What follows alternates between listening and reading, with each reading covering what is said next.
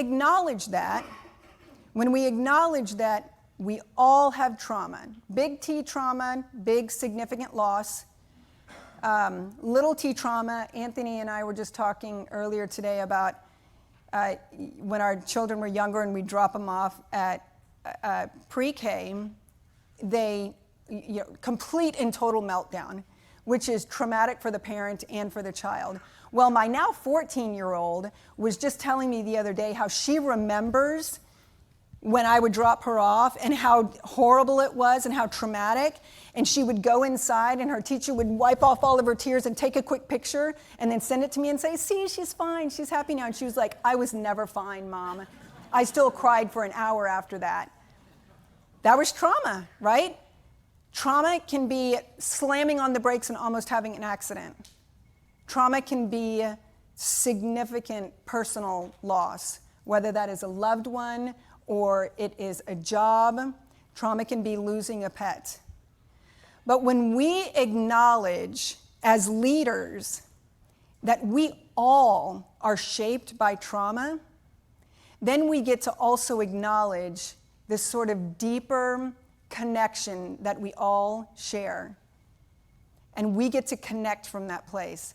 Early this morning, I was down on the Riverwalk looking for a convenience store that was open because I didn't want to pay $4 or $5 for a bottle of water at the place here. And it's kind of peaceful. So if you get an opportunity, go down on the Riverwalk early in the morning. There's nobody there, and it's really kind of peaceful. So I found a convenience store, and while I was in there, it was a tiny little convenience store. The clerk was there, and there was one other person there. And it was very obvious to me this woman was homeless. She looked like she was carrying in a bag all of her life belongings, and that she was behind one of the shelves, and she kind of looked like she was up to no good. And I could see that the clerk was keeping a very close eye on her, and he kept looking at the cameras, he kept doing this, and I'm just gathering all my water, but the tension sort of in this tiny little space is really high. So just to kind of relieve all of our stress and tension, I just offered to buy her stuff for her, right? So, and interestingly, she only bought 2 bags of chips, and I thought, really? Well, I would have bought anything, really. There wasn't really health food in there, but I would have bought anything, and she only picked 2 bags of chips.